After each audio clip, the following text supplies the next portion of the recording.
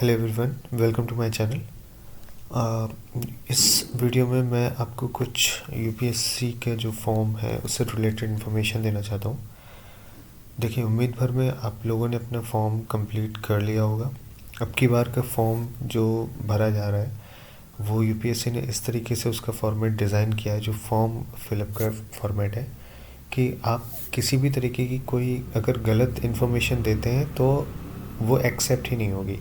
Right, for example last time जो issue create हुआ था, जो कैटेगरी सर्टिफिकेट्स थे उनका जो जाली सर्टिफिकेट लगा के लोग फॉर्म भर रहे थे, या किसी भी तरीके से गलत तरीके से सर्टिफिकेट उन्होंने बनवा के उस सर्टिफिकेट के थ्रू वो रिज़र्वेशन का फ़ायदा लेना चाह रहे थे, जबकि वो रिज़र्वेशन की कैटेगरी में नहीं आते थे।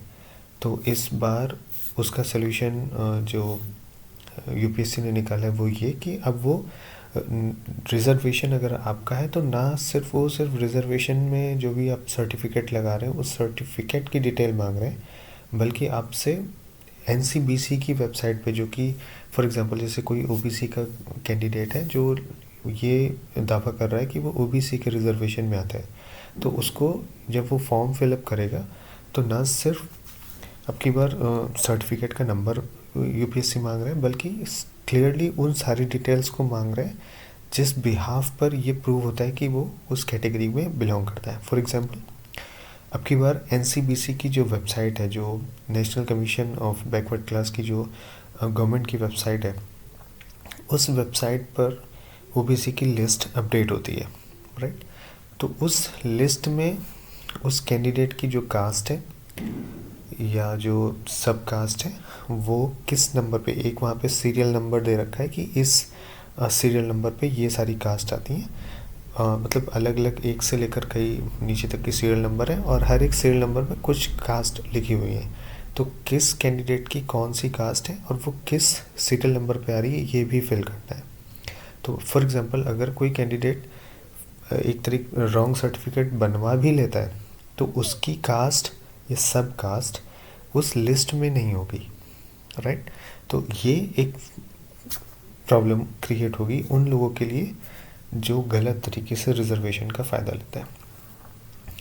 इसके अलावा हम लोग जो इसमें बात करने वाले हैं वो ये बात करने वाले हैं कि जो आप फ़ोटो लगाएंगे, क्योंकि मैं ये बात इसलिए बता रहा हूँ क्योंकि मेरे जानने में ऐसे कई कैंडिडेट्स हैं जो फ़ोटो लगा रहे हैं। फॉर एग्ज़ाम्पल मैं इसको यहाँ पर खोल देता हूँ, तो आप इस चीज़ को ध्यान में रखिएगा कि आप लास्ट टाइम की सिचुएशन अलग थी, क्योंकि लास्ट टाइम ऐसा हुआ था जो लास्ट 24 वाला जो फॉर्म था उसमें कुछ कैंडिडेट्स ने, क्योंकि एक सडन चेंज था यूपीएससी के फॉर्म फिलअप में, तो कुछ कैंडिडेट्स ने उसको मतलब ध्यान नहीं दे पाए थे और उन्होंने फ़ोटो बिना डेट की अपलोड कर दी थी, और मतलब इस तरीके की कई चीज़ें हुई थी जिसको यूपीएससी ने एक बार के लिए इग्नोर किया और उनको एग्ज़ाम देने के लिए अलाउ किया। लेकिन इस बार चीज़ें डिफरेंट है। अगर आप गलती करते हैं, ठीक है, तो वो आपके लिए प्रॉब्लम क्रिएट करेगा। That means you will not be allowed to enter the examination, ठीक है, to enter in the examination hall. So now मैं जो आपको समझाने वाला हूँ, मैंने आई थिंक, देखिए फॉर्म कैसे फिल होता है, क्या करना था, वो सबको पता है। मैं यहाँ पे कुछ चीज़ें ऐसी बताने वाला हूँ टेक्निकलिटी वाली जो आपको ध्यान में रखनी चाहिए अगर आपको नहीं पता है तो। पहली चीज़ तो मैंने ओबीसी सर्टिफिकेट को बता दिया। तो इसमें तो अगर कोई जाली करके कुछ भी अगर आपकी बार कर रहा है तो ये बात तय है कि यूपीएससी इस बात का पता लगा लेगी कि वो जेन्युइन कैंडिडेट है, वो उस रिज़र्वेशन लिस्ट में आता है या फिर नहीं आता है। ठीक है, ओबीसी वाला अब की बार थोड़ा ज़्यादा उन्होंने डिटेल में मांगा है, क्योंकि ओबीसी की दो जो आपकी लिस्ट तैयार होती है, एक स्टेट वाली और एक सेंटर वाली। तो कभी कभी कुछ कास्ट ऐसी होती है जो स्टेट में जिनको ओबीसी का मतलब कैटेगरी में रखा गया होता है, लेकिन केंद्र की जो लिस्ट होती है उसमें वो शायद नहीं होती है, और कभी कभी इसका उल्टा भी होता है। तो इसलिए ओबीसी की इतनी ज़्यादा डिटेल्स मांगी गई हैं। ठीक है, बाकी उम्मीद भर में सारे कैटेगरीज़ के लिए वो सारी डिटेल्स मांगी गई होंगी जो ये प्रूव करता है कि वो उस कैटेगरी से बिलोंग करता है। तो अब की बार यूपीएससी ने वो गलतियां नहीं करी हैं जो लास्ट टाइम आपने देखी, जिस तरीके की न्यूज़ आई कि लोग गलत तरीके से कैंडिडेट गलत सर्टिफिकेट लगाकर सेलेक्ट होते थे। ठीक है, ये तो बात हो गई कैटेगरी सर्टिफिकेट की। दूसरी चीज़ जो मैं यहाँ पे वेरी इंपॉर्टेंट है, जिसके बारे में मैं डिस्कस करना चाहता हूँ, वो है फ़ोटो वाली साइन, मतलब कि उसमें आपकी डेट होनी चाहिए। ठीक है, प्लस आपका उसमें नाम लिखा होना चाहिए।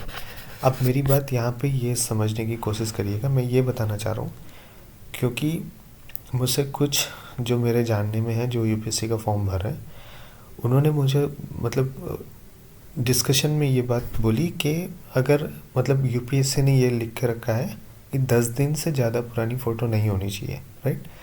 तो उनका कहना था कि नहीं, 1 महीने पहले की हो तब भी चल जाएगा, यूपीएससी को कैसे पता चलेगा कि किस डेट में फ़ोटो ली गई है। हम फ़ोटो पे नाम और डेट कुछ भी लगाकर यूपीएससी को बता देंगे कि यह इस डेट में खींची गई है, तो यूपीएससी को पता नहीं चलेगा कि फ़ोटो ली गई कब ली गई, राइट। ये गलत है आज के समय में। ठीक है, आप क्योंकि जब जब आप ऑफलाइन फॉर्म भरते थे तब ये कंडीशन अलग थी, बट आज आप जो करंट का हमारा पीरियड है उसमें आप ऑनलाइन फॉर्म भरते हैं और आप फ़ोटो भी ऑनलाइन ही लगाते हैं। तो आप एक बात याद रखिएगा कि एक चीज़ होती है मेटा डेटा। ठीक है, जब भी आप फ़ोटो क्लिक करते हैं, ठीक है, आपने फ़ोन पे फ़ोटो क्लिक करी, कैमरे पे फ़ोटो क्लिक करी, कहीं भी फ़ोटो क्लिक करी, ठीक है, उस फ़ोटो पे क्लिक करते ही वो डेट उस फ़ोटो में मेटा डेटा के रूप जो फॉर्म में सेव हो जाती है। ठीक है, मेटा डेटा में क्या क्या सेव होता है, डेट सेव होती है, लोकेशन सेव होती है, टाइम सेव हो जाता है। ठीक है, वो आपको ऐसे नहीं पता चलता है, लेकिन वो सेव होता है मेटा डेटा के फॉर्म में। तो जब तक उसको क्लियर नहीं किया जाए वो साथ में रहता है। तो अगर सिलेक्शन होता है और यूपीएससी ने अगर इस चीज़ को वेरीफाई कर लिया, ठीक है, कि आपकी फ़ोटो कब खींची गई थी, भले ही यूपीएससी आपको डिवेयर नहीं कर सकता, लेकिन फिर भी आपकी इंटीग्रिटी पे जो दाग लगेगा वो सही नहीं है। ठीक है, और याद रखिएगा इस तरीके की चीज़ें होती हैं क्योंकि जब आप इंटरव्यू पैनल में जाते हैं, मैं उम्मीद करता हूँ कि जो डिज़र्विंग कैंडिडेट है उनका सिलेक्शन होगा। ठीक है, और जब वो इंटरव्यू पैनल के सामने जाएंगे तो एक केस हुआ था कुछ साल पहले, जहाँ पर उस कैंडिडेट ने जो फॉर्म में ईमेल आईडी दे रखी थी, उस ईमेल आईडी से ये सर्च किया उन पैनल्स के लोगों ने कि वो सोशल मीडिया पे कोई अकाउंट है नहीं, और उसका अकाउंट मिला। ठीक है, उस सोशल मीडिया पे जो अकाउंट मिला जो कि उस ईमेल आईडी से लिंक था, उस अकाउंट पर ऐसी चीज़ें थीं जो कि एक सिविल सर्वेंट में नहीं होनी चाहिए, जिस मतलब उस अकाउंट के द्वारा कुछ ऐसी चीज़ें पोस्ट की गई थी जो एक सिविल सर्वेंट में जो क्वालिटी होनी चाहिए उन क्वालिटी के अगेंस्ट में थी, और जिसके बाद पैनल्स ने ये डिसाइड कर लिया कि ये कैंडिडेट सिलेक्शन नहीं लेना चाहिए, राइट। तो इस तरीके की चीज़ें होती हैं। तो फॉर एग्जांपल अगर उन्होंने ऐसा, मतलब है नहीं कि यूपीएससी ऐसा करेगा ही करेगा, but they have the option, right. तो उन्होंने अगर चेक कर लिया कि क्या कैंडिडेट ने यूपीएससी के जो इंस्ट्रक्शंस थे, रूल्स थे, उनको फॉलो किया है या नहीं, for example, and if they found कि कैंडिडेट ने मतलब भले ही 11 दिन की, लेकिन कैंडिडेट ने तो यूपीएससी के साथ मतलब, अब फॉर एग्जांपल उन्होंने मेटा डेटा सर्च किया, फ़ोटो 12 दिन पहले की थी, आपने डेट कुछ और डाल दी, तो इंटीग्रिटी पे आपके फ़र्क पड़ा। ठीक है, और ये सारी चीज़ें मैटर करती हैं। तो मैं आपको सिर्फ इतना बताना चाह रहा हूँ कि ये इतना बड़ा खैर इशू नहीं है, बट फिर भी you have an option to do the right thing, right. तो मैं आपसे रिक्वेस्ट करूँगा कि आप वही करें जो यूपीएससी ने आपसे बोला है।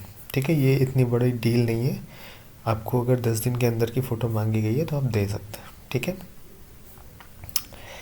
2 बातें यहाँ पर ये हो गई। इसके अलावा अगर हम बात करें तो मैं जो आपको यहाँ पे बताने वाला हूँ कि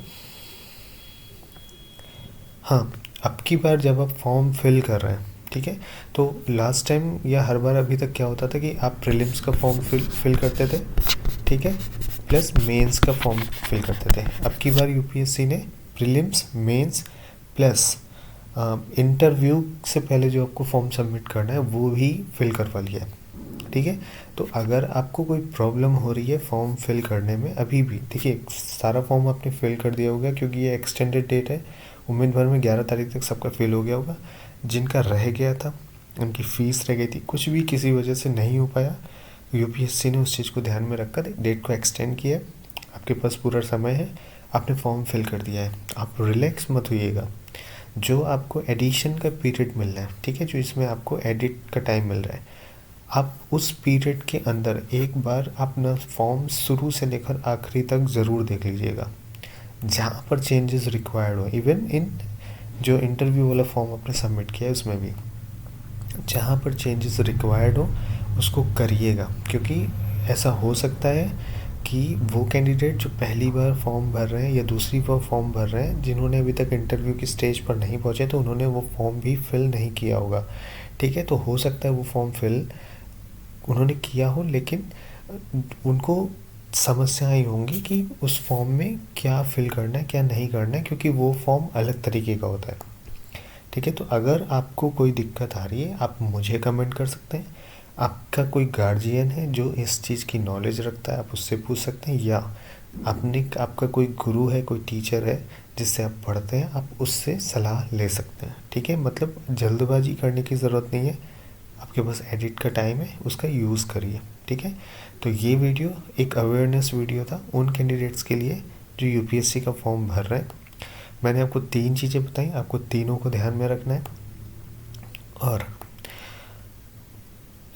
और आपकी प्रिपरेशन बहुत अच्छी होनी चाहिए, ठीक है। और यूपीएससी की तरफ से ये एक बहुत बढ़िया इनिशिएटिव है। ये ना सिर्फ एग्ज़ाम को फेयर बनाएगा, बल्कि जो एग्ज़ाम की फेयरनेस है वो उसका जो माइंडसेट है वो लोगों के अंदर रिस्टोर होगा, ठीक है। क्योंकि अभी तक जो चीज़ें हुई लास्ट ईयर में, उससे लोगों को बहुत हताशा हुई कि वो इतनी मेहनत करते हैं, अपना सालों बर्बाद करते हैं, उसके बाद कुछ लोग गलत तरीके से आकर एग्ज़ाम में बैठते हैं, इवन क्वालिफाई करते हैं और गॉट सेलेक्टेड। तो वो चीज़ें यूपीएससी ने लगभग ख़त्म कर दी हैं, ठीक है। तो आप शुक्र मनाइए कि यूपीएससी एक ऐसी संस्था है जिसकी फेयरनेस पे आप भरोसा कर सकते हैं, ठीक है। तो मैं आपको आपके आने वाले एग्ज़ाम के लिए शुभकामनाएं देता हूँ। उम्मीद करता हूँ आप बेहतर करेंगे। अगर आप डिज़र्विंग कैंडिडेट हैं तो आप फिर सिलेक्शन मिलेंगे। तो मैं इस वीडियो को यहीं पर रोक रहा हूँ। इसके बाद अगर मुझसे कुछ इम्पॉर्टेंट चीज़ें रह गई हैं, ठीक है, या आपका कुछ क्वेश्चन है जो इन चीज़ों से अलग था, आपको पूछना है, आप बेफिक्र होकर पूछिए। मैं अगर वो मुझे पता होगा तो मैं आपको उसके बारे में ज़रूर बताऊँगा, ठीक है। तो मिलते हैं नेक्स्ट वीडियो में, तब तक के लिए थैंक यू।